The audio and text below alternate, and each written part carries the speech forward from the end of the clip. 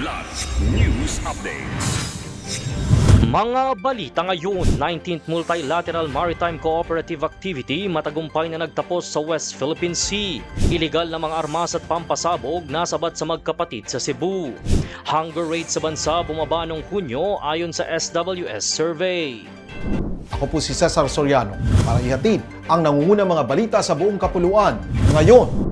Matagumpay na nagtapos ang ika-19 na Multilateral Maritime Cooperative Activity o MMCA sa pagitan ng Pilipinas, United States at Australia sa West Philippine Sea mula August 19 hanggang 25 ayon sa ulat ng Armed Forces of the Philippines. Layunin ng isang linggong aktibidad na palakasin ang maritime interoperability at koordinasyon ng tatlong bansa sa pamamagitan ng serye ng maritime at air operations. Kabilang sa mga lumahok ang BRP Diego Silang, BRP Teresa Magbanwa at mga FA-50 fighter aircraft ng Pilipinas.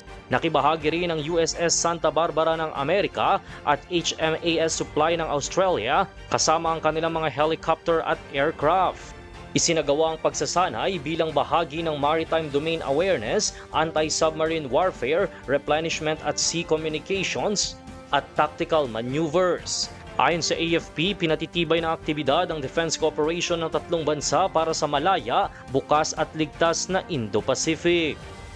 Arestado ang dalawang magkapatid matapos umanong makuhanan ng tatlong hindi lisensyadong baril, isang granada at hinihinalang shabu sa isang operasyon sa Sibungas, Cebu nitong Martes, August 25. Ayon sa Criminal Investigation and Detection Group o CIDG, nasabat sa nakababatang kapatid ang mga loose firearms kabilang ng isang KG-9 submachine gun, caliber .45 pistol at isang hand grenade, habang isang .357 caliber revolver naman ang narecover sa nakakatandang kapatid.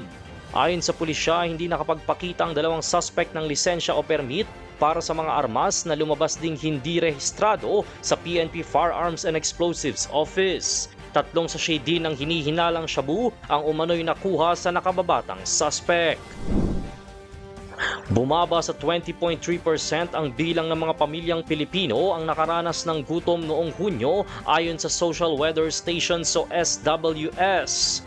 Mas mababa ito ng 2.9% points kumpara sa 23.2% noong Marso. Pero nanatili pa ring mataas ang antas nito dahil nasa 1 sa 5 pamilyang Pilipino ang nagsabing wala silang makain sa nakalipas na 3 buwan. Bumaba din ang hunger rate sa Visayas sa 22.3%, 21% sa Metro Manila habang 17.3% naman sa Balance Luzon. Gayunman, tumaas sa 24% mula 21.7% ang hunger rate sa Mindanao Region.